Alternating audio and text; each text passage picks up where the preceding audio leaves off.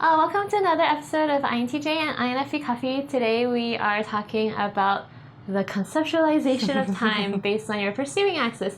So this is something that you probably heard us talk about a lot in bits and pieces. Right. That is just like an idea that we've had that infiltrated pretty much all of our other videos, but today we thought we'd make like an official video on it. It's mostly from just us two talking, but we also do type a lot of people like through our service, and usually when people get video calls, this topic comes up. People are always like, wow, you experience time like that? Oh, I didn't know. And it's always consistent, so we thought we'd share this today. Okay, so I guess like the main kind of dichotomy you could say is that on the NI-SE axis, we tend to conceive of time in a more linear fashion.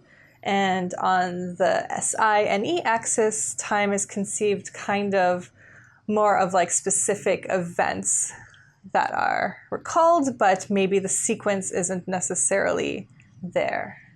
Yeah, I wrote NISE, time experienced linearly, but somehow as a whole. It sounds, both of them sound contradictory because it's linear, but as a whole. So it's like, SE and I people, they are always kind of aware that each moment is the here and now. So it's like they're aware of their point on the line, but they still experience each moment like individually, and once it's gone, it's kind of in the past. But for any SI, I wrote, again, an oxymoron, fragmented, but eternal. Yeah, so, exactly. Yeah, so it's like, it's bits and pieces, but they're kind of frozen in time. In that sense, it's everlasting. So we're not really aware of like where we are on the timeline per se. It's like a bunch of random things in the past are just, they keep existing, and one could make the argument that for NE, things that haven't happened yet, or if you believe like multiple universe theory, things that may have happened in another parallel dimension is still real. So it's like a bunch of static things. Whereas for NI, I put dynamic, obviously, because you're moving through time. But for the NESI, it's more like experiencing like a weird kind of stillness. Yeah, like a bunch of snapshots going. That's kind of how I boiled it down, was like, for the NISE axis, it's like the base unit of perception is change. It's like, I wrote that too. Yeah, we need to go through time and experience different events in order to like have that NI internalization. Yeah, I guess because NI needs like to latch onto like a pattern or a trend in order for that to be internalized, it's like we need to actually see multiple SE instances of within like a similar context. Yeah, I wrote that too. Right. So like, and they get meaning in the progression of time, so change is their kind of like unit of meaning, and that's because they need like repeat exposure to the SE things to arrive at an NI meaning. Yeah. So in contrast, NESI I wrote as more static, timeless associations, whereby the meaning is derived from the object that I guess doesn't really change over time, like even though technically it's changing, but this notebook still looks like a notebook over time. So the meaning is attached to the object, which is static. So I guess for the internalization thing, it's like, we need to, NI needs to internalize multiple instances over time. SI can internalize a snapshot kind of just like that. And then I think for the other side of it, like SE is really quite contextual. So if you just drop like an NISE user in like some random place for like a snapshot and then boom, extract them, I think they'll like take nothing from that. It's like they have no contextual data of what everything means. So I think also on the SE side, like repeated exposure to things kind of makes them aware of the objective connections in reality that are occurring. Whereas like I think for the SI user, if you like drop them in a random place, they might have like personalized associations with certain aspects of that environment, perhaps. Yeah, it's really kind of interesting how NE works. I feel like it's really hard to explain how it works. It's hard to explain where those thoughts come from, but maybe it's like a product of SI things that you have mixed up with whatever is in the external environment. Meanwhile, not really noticing the physical concrete qualities of your external environment. So yeah, it's kind of weird. Sometimes it's like a bunch of SI things like together. Maybe like something in the external environment just inspires a bunch of random SI things to converge in a way that it hasn't converged before, and then that's like any possibility that is real and that you've thought of it, but not real in any other sense. Yeah. So it's like we could show people on your axis like a photograph, right? And with those internalized SI components, they could see new combinations of like things that they've never maybe seen together before, right? And that would kind of inspire new ideas. But I think if you showed someone on that some sort of photograph, if it doesn't have any contextual data similar to like the physical SE experiences that we've already experienced, then it probably would not retain any meaning to us, I guess, either on like an SE level or an NI level, I think. But the other thing that I thought was kind of interesting with this time thing is I think when I look at my past, I think of like very specific things. Yeah. Like one particular event or even object or day, but I think for you it's more like you see it as a trend. Yeah. Like as a whole and as a progression. Right. Whereas progression is not. Yeah, this is like maybe verbally I can say that I've had a progression, like I was shy and now I'm less shy. Right. But I generally don't perceive it as a progression. I have to like do it in a roundabout way to like verbalize it as that. Perceive like separate components of yourself, kind of, right? Much, yeah, like separate events, but not as a whole. Yeah. I wonder, does that translate into like how you see yourself too? Because I think I see myself kind of as that unit, that thing that is progressing through time, and maybe you see yourself as like this collection of past SI that's so experiences. I do tend to see myself as like a bunch of parts. Maybe this is like a FI-SI thing, but it's like, I do think of it as the different experiences and are like kind of different parts of me. Yeah, like I think things from the past don't really stick to me as much as they might to you. Like if I feel like I'm constantly like a byproduct of a bunch of different experiences that it's kind of like a lot of moments that happen, they keep happening, like they continue to exist. Right. Whereas for you, it's probably that's part of the past. Yeah. And like you see you've said this before, that you see yourself as like a product of growth, kind of.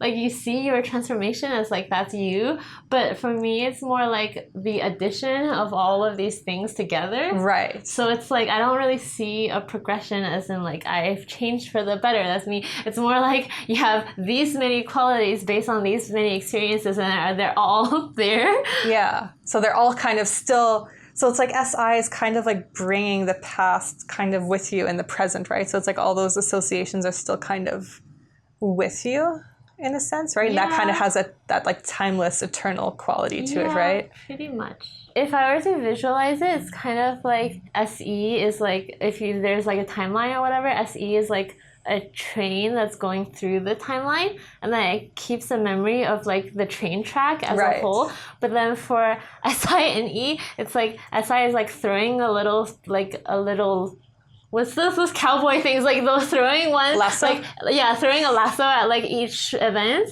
and now you're like you're continuously connected as if it's like a web of SI things that is like just ever present. But then because you lasso, this is like so funny, I just came up with this, but because you lasso so many points, you lose the form of the train track, so you don't really see that as a whole pattern anymore. You just see a bunch of like web of experiences. Or maybe like a photo collage or something like that. I don't know if that works. Yeah, I mean, that kind of works. Like a scrapbook or something of just like random little bits and pieces of things that you've like retained.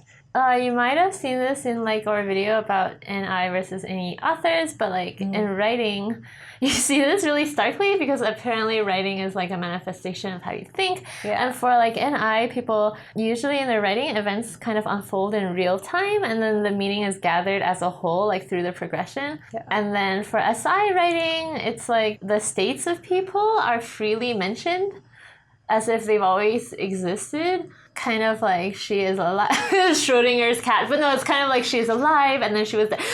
Like different states of different things are freely mentioned as if there's a weird timelessness where everything that could have happened in the NI plot has already happened, and you're just freely mentioning any fragment of it that you want. Yeah. I see. Yeah, like we use Lolita as an example, but he was saying she was low in socks and like Lolita on the dotted line. So it's like he's freely mentioning all these states of this person, and it kind of takes you to a bunch of different NE scenes, I guess, and it's not really following like an NI plot pattern. Right. It's just like mentioning a bunch of things, and I guess that's how I experience life. Is like, oh god, this is getting like so weird. But when I'm like in this room, it's like I'm like other places at the same time based on what I experienced from the past.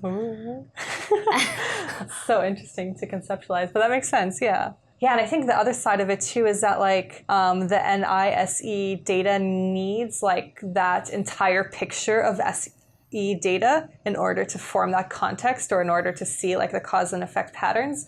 So when we have like that sort of NESI style of writing, where it's just like a little fragment of this info and a little fragment of that info, it's like we can't collect all that info and make it into something, because it's like it's fragmented. It's like there's pieces missing. We need like the entire context of everything to see it.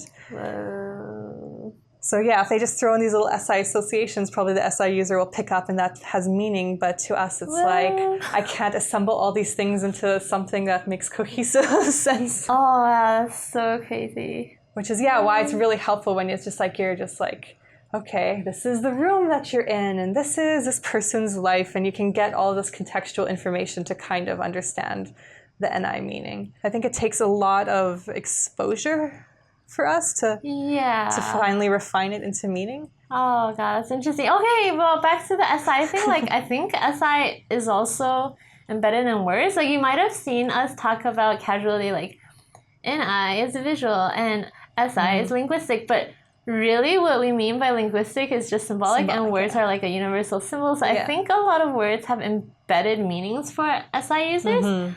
Like the brevity thing that you mentioned, like you need a lot of context, but like I remember there was this book by like an ESI user who was just like her mom was like a whirlwind or whatever. She came into the room, and when she left, she took her father with him, and it was just, I just immediately know that he died or something, because like the way that words form together, I just know what it means. But maybe, and then I can imagine the rest with NE, but maybe for you, I need wouldn't like pick that up. You need the SE like data things to interpret something with NI, but for NE, it's like all the things are just there if you get the SI associations. And I guess because we need that much data too, maybe that's also why we need more time, or like why time has meaning, because it just literally takes a lot of time to actually collect all the pertinent SE data too.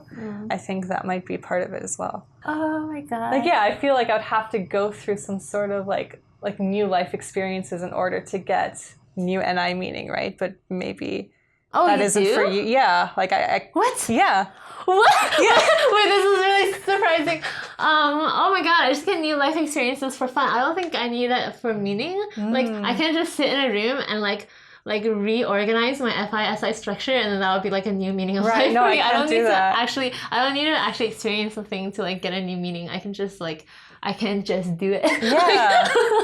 What? So I guess that's also like the kind of forward projection that we have in our head. Like, oh, okay, if I want to like get this out of life, then I need to like experience these things. God. Okay, no, that makes so much sense. The other thing I should have wrote here is sometimes you may also have to say that NI is future oriented and SI is past oriented.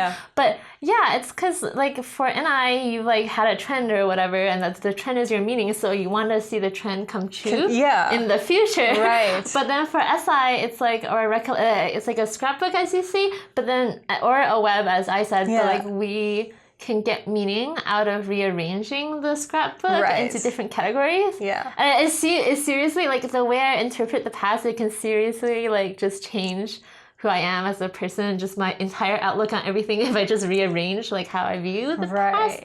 Yeah. And as you said, the past doesn't like stick to you as much, so it's probably less so for you. Yeah.